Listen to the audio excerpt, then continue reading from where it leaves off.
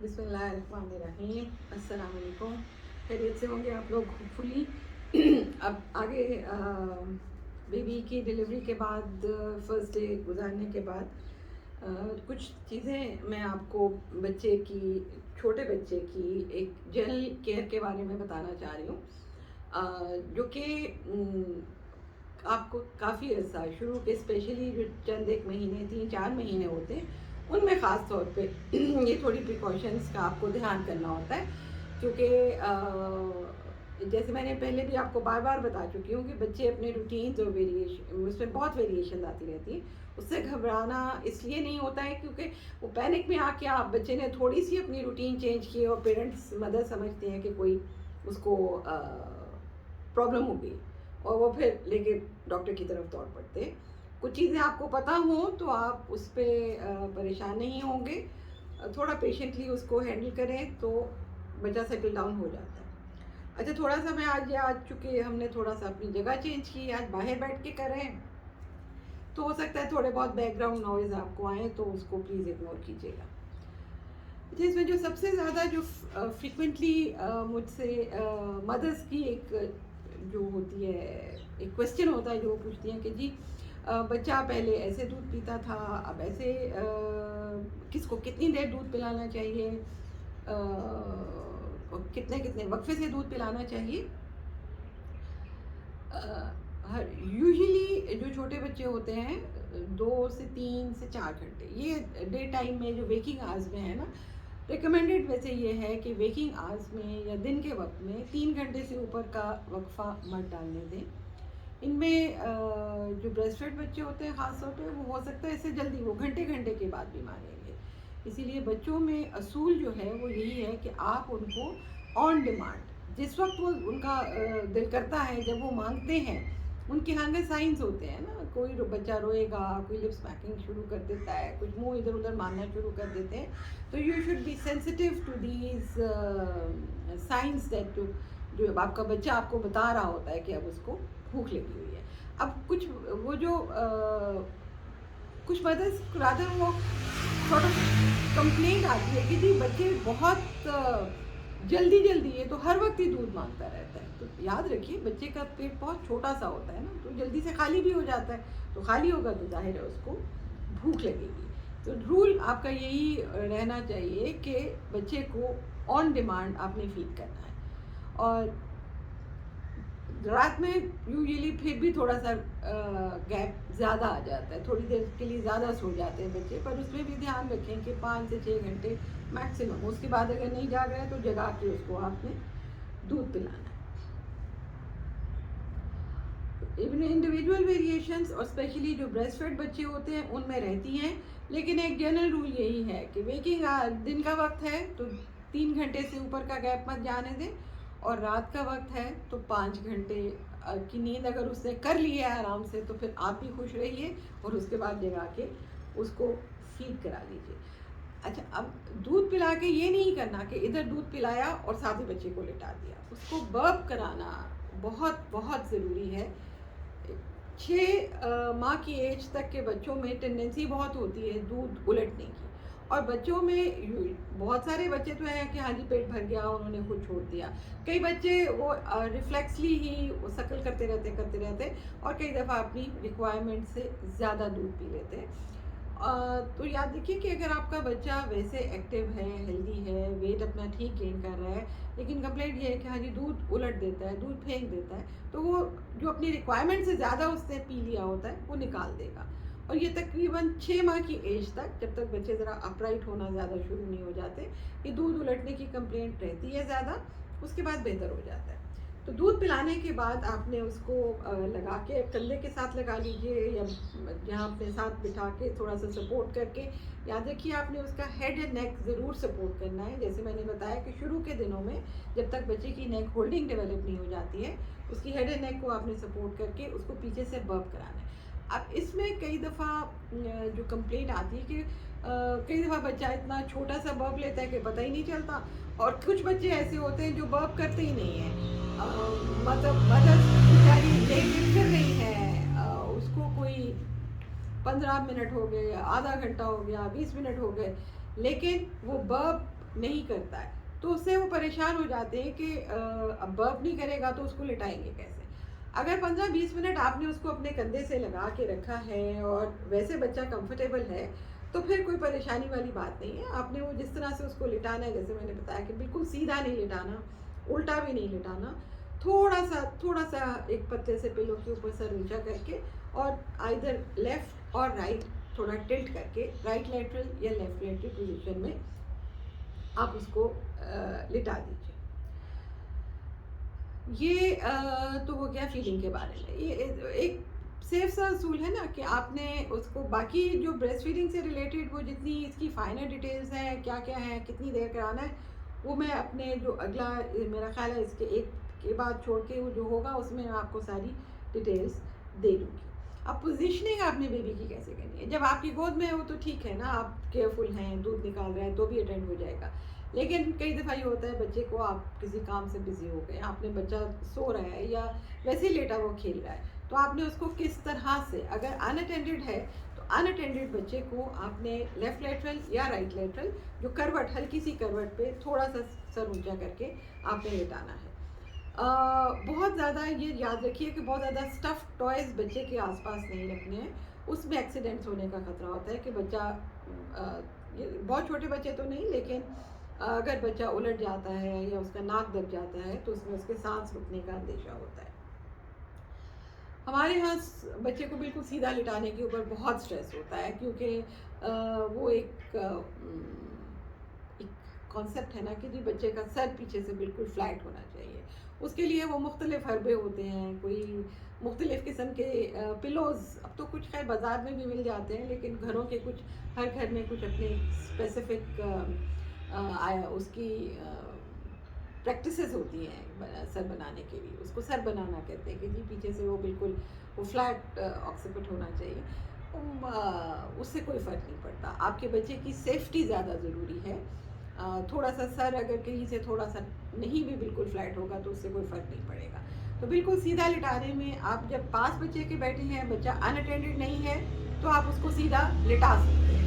लेकिन अगर बच्चा अनअटेंडेड है तो फिर आपने उसको सीधा नहीं लिटाना। अब क्योंकि उसमें जैसे मैंने आपको पहले बताया कि बच्चों में टेंडेंसी थोड़ा दूध जो फालतू पिया होता है, और कुछ बच्चे वैसे ही उनमें रिफ्लक्स हो रहा होता है, दूध उलटने का मसला होता है, तो उसमें ख़तरा ये होता है कि जो दूध वो उलटते हैं और बच्चा अगर बिल्कुल सीधा लेटा है तो वो पीछे फेफड़ों की तरफ जाने का ख़तरा होता है, और वो बच्चों में कई दफ़ा बहुत उसके बुरे नताइज निकल आते हैं।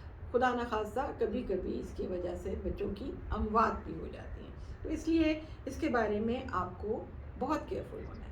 इसी तरह उल्टा लिटाने की पोजीशन जो बच्चों में ये आदत भी नहीं डालनी चाहिए। इसके साथ एक जो मैं आपको पहले बता चुकी हूँ कि प्रॉब्लम होती है जिसको सिड्स कहते हैं, सडन इन्फेंट डेथ सिंड्रोम, ये इसका रिस्क बढ़ जाता है। तो सेफेस्ट पोजीशन या लेफ्ट लेटरल या राइट लेटरल, और थोड़ा सा उसका सर ऊपर, थोड़ा सा सर ऊंचा करके, और अपने कॉन्फिडेंस से अपने बच्चे को हैंडल करना है आपकी, क्योंकि जितनी, और मदर की हैंडलिंग बहुत इम्पॉर्टेंट है। जैसे रिपीटेडली इस बात को मैं बता रही हूँ, जितना जेंटल केयरिंग हैंडलिंग मदर की होती है, बॉन्डिंग बढ़ेगी, बच्चे का कॉन्फिडेंस बढ़ता है, ही फील्स प्रोटेक्टेड। आप उस दौरान उससे बातें करें, बेशक कोई हल्का फुल्का पीछे म्यूज़िक भी लगा लीजिए। So you have to give a calm soothing environment to your baby. Shout करना और इन चीज़ों को हतुल-इम्कान अवॉइड कीजिए।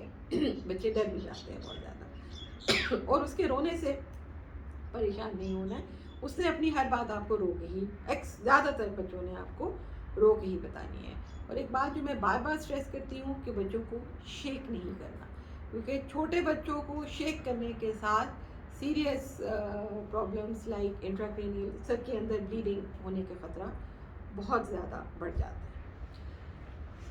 अब इससे आगे जो आपको छोटे बच्चों में जिस चीज़ का बहुत ध्यान करना होता है वो ये कि नौज़ायदा बच्चों के डिफेंस मैकेनिज़म्स बहुत स्ट्रॉन्ग नहीं होते। शुरू के जो 1-2 महीने होते हैं ख़ास तौर पे, उसमें तो बिल्कुल ही बहुत वीक होते हैं, कुछ टाइम लगता है उनको डेवलप होने में।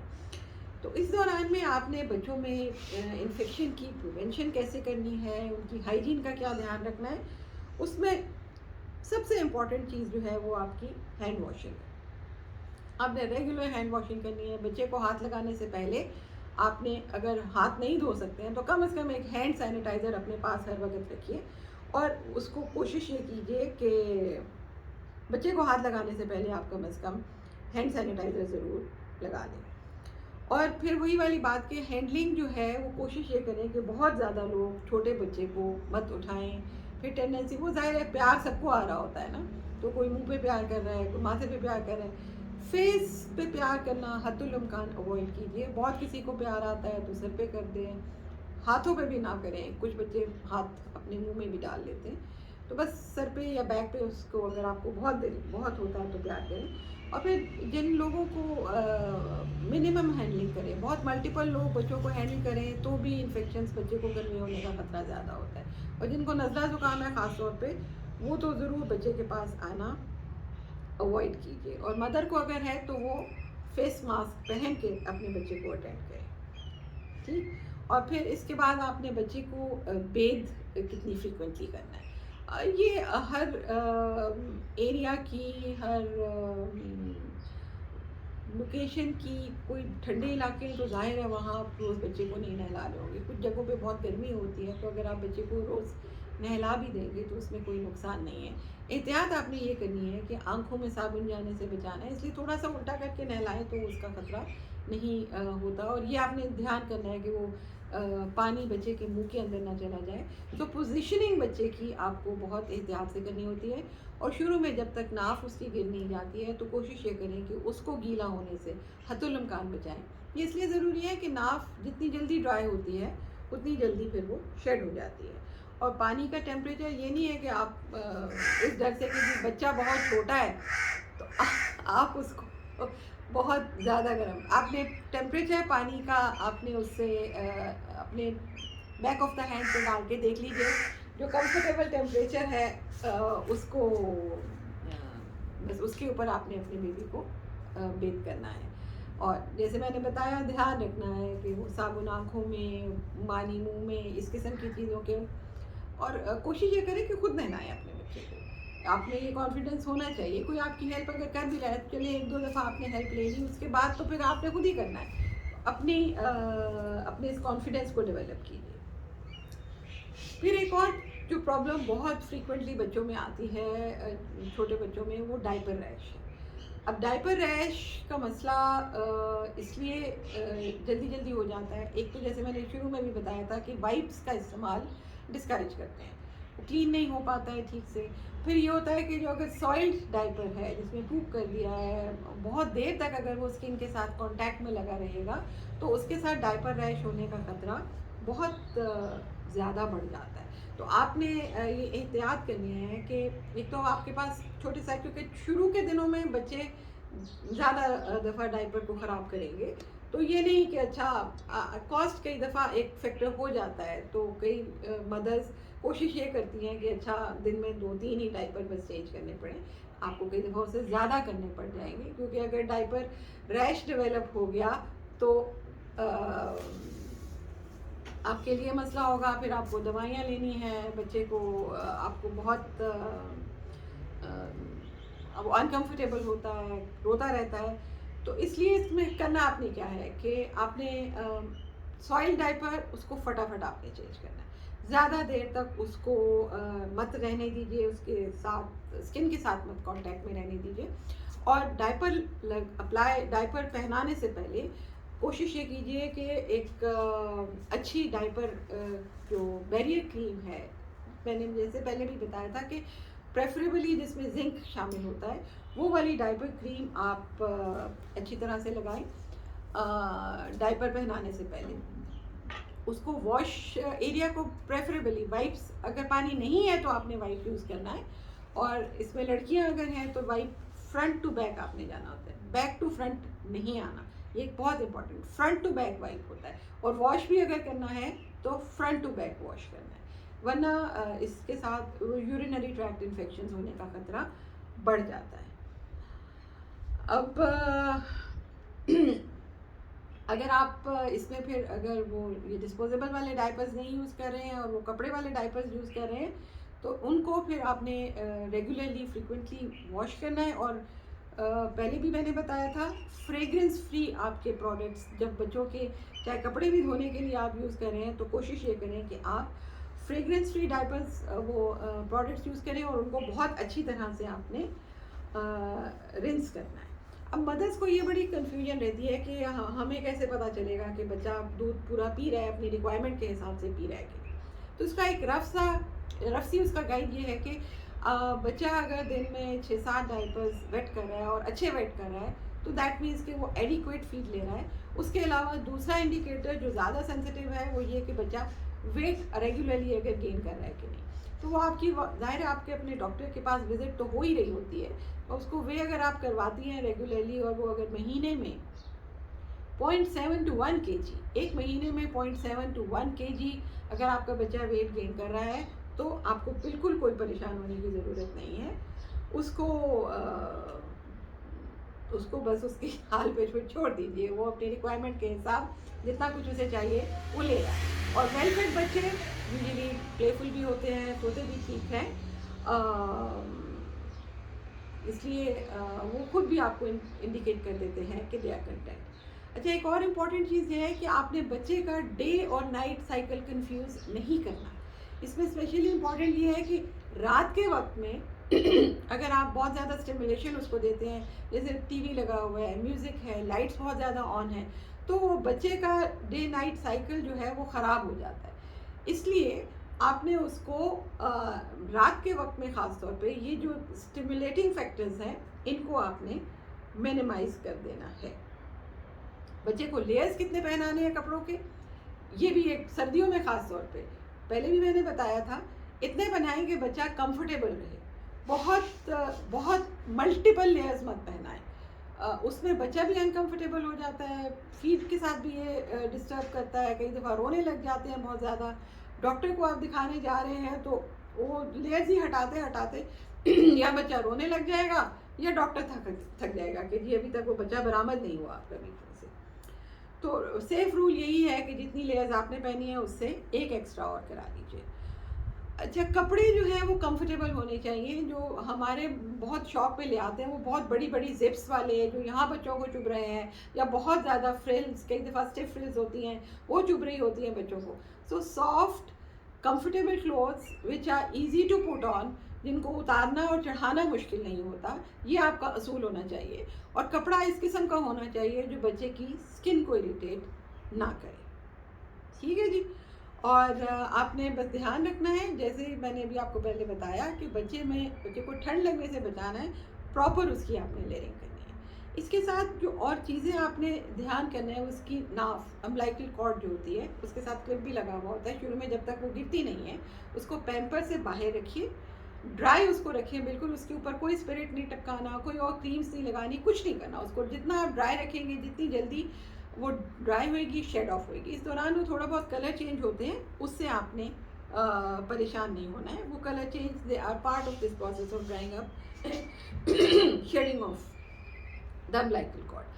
अब आपने बच्चे की आइज़ की हाइजीन का ध्यान रखना है। कुछ बच्चों में थोड़ा बहुत ये टियर डक्ट्स होती हैं यहाँ पे छोटी छोटी दो, ये यूजुअली बच्चों में कई दफ़ा बहुत सारे बच्चों में ब्लॉक्ड होती है, न्यूबॉर्न बच्चों में।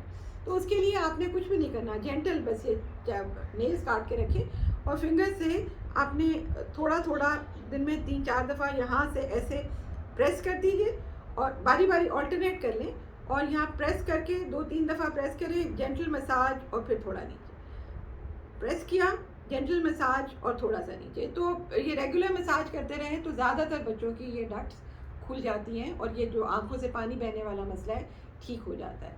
चिपकी हुई हो आंखें तो पानी बॉईल करके उसे ठंडा कर लीजिए और क्लीन कॉटन लें, उससे एक आंख और फिर नया कॉटन बॉल और उससे दूसरी आंख, उससे इसको रेगुलरली साफ कर लीजिए। नोज़ यूजुअली बच्चे खुद ही छींके वींके मार के अपना नाक साफ कर लेते हैं।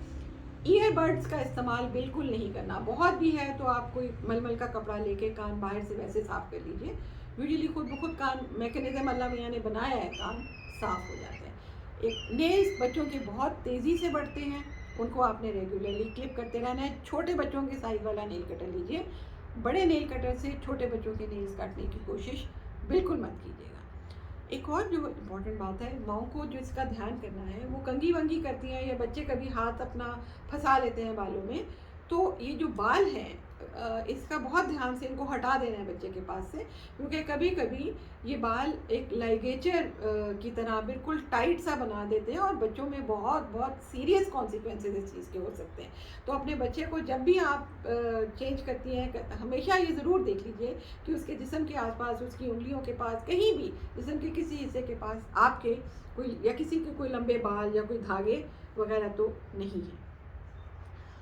अच्छा, अब आखिरी चीज़ जो बहुत मैंने आपको जो बतानी है, एक that is not regarding the baby, that is regarding the mothers. एक बैके की कंप्लेंट बहुत फ्रीक्वेंटली मदर्स में होने लग जाती है। उसकी वजह ये है कि एक हमारे यहाँ सिज़ेरियन बहुत ज़्यादा हो जाते हैं और स्पाइनल एनेस्थीसिया होता है, कुछ तो उसके साथ हो जाता है।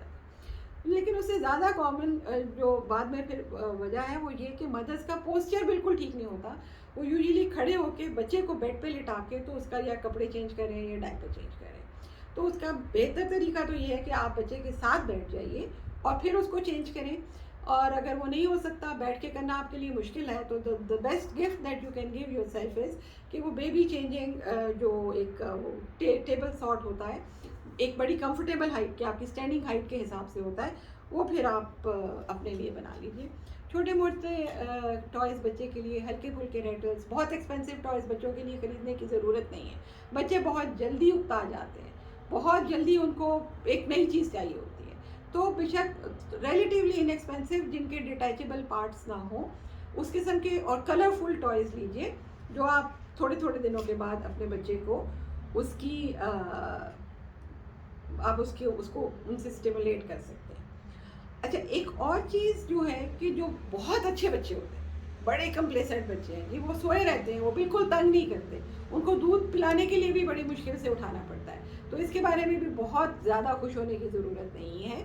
ऐसे बच्चों में कई दफ़ा मसाइल भी हो सकते हैं, तो आप अपने डॉक्टर के पास ले जाके उसको एक दफ़ा ज़रूर इस चीज़ के लिए चेकअप कराएं। अब ये इनिशियल आपने एग्जामिनेशन करवा लिया उसके बाद आपका रेगुलर डॉक्टर के पास चेकअप रहेगा, वैक्सीनेशन की विजिट्स होती रहेंगी, तो यूजुअली महीने में 1 दफ़ा 2 दफ़ा आपका विज़िट होगा और इस दौरान आप अपनी क्वेरीज़ भी अपने डॉक्टर के साथ, बेटे के डॉक्टर के साथ, बच्चे के डॉक्टर के साथ डिस्कस कर सकते हैं और उसकी इवैल्यूएशन भी करवा सकते हैं।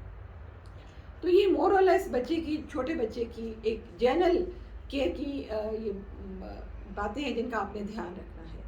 इसके अलावा अगर कोई बात मुझे और याद आएगी तो वो फिर मैं आपको आगे साथ साथ बताती रहूँगी। ओके, टेक केयर, खुदा हाफिज़।